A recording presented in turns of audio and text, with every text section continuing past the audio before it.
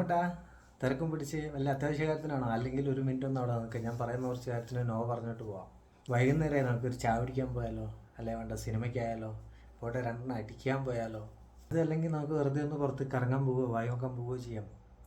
അതും വേണ്ട, ഒരു 500 ഉറുപ്പിക ഉണ്ടെങ്കിൽ തരുമോ? എന്തേ നോ പറയുന്നില്ലേ? നമ്മളെപ്പോലുള്ള ആൾക്കാർക്ക് നോ പറയാൻ പറ്റില്ല, അതല്ലേ നമ്മൾ പ്രശ്നം. ഇങ്ങനെ നോ പറയാനുള്ള പ്രോബ്ലം കൊണ്ടാണ് നമ്മൾ പല ആൾക്കാരുടെയും ഭയങ്കര ആത്മസുഹൃത്താവുന്നതും ഭയങ്കര ആത്മവിശ്വാസം അവർക്കുണ്ടാവുന്നതും. കാരണം അവരെപ്പം വിളിച്ചു കഴിഞ്ഞാൽ എന്തു പറഞ്ഞാലും നമ്മളില്ല എന്ന് പറയാണ്ട് അവരുടെ കൂടെ ഉണ്ടാവും. പക്ഷെ എപ്പോഴെങ്കിലും നമ്മൾ നമ്മളെ കാര്യം ആലോചിക്കാറുണ്ടോ? നമ്മളെ ചുറ്റുപറ്റിയുള്ള ആൾക്കാർ, നമ്മൾ വാക്ക് കൊടുത്തിരിക്കുന്ന അല്ലെങ്കിൽ നമ്മൾ ഉറപ്പ് കൊടുത്തിരിക്കുന്ന ഫാമിലീസ്, നമ്മളെ വിശ്വസിച്ച് കൂടെ വന്നിരിക്കുന്ന ആൾക്കാർ, ഇവരോടൊക്കെ നമ്മൾ ഈ ഒരു നോ പറയാത്തത് കൊണ്ട് ഉണ്ടാകുന്ന പ്രോബ്ലംസിനെ പറ്റി നമ്മൾ എപ്പോഴും ചിന്തിച്ചിട്ടുണ്ട്? അല്ലെങ്കിൽ നമ്മൾ എവിടെയാണ്, നമ്മളിപ്പോൾ എന്താ ചെയ്യുന്നത്, നമ്മളെ ബാങ്ക് ബാലൻസ് എത്രയാണ്?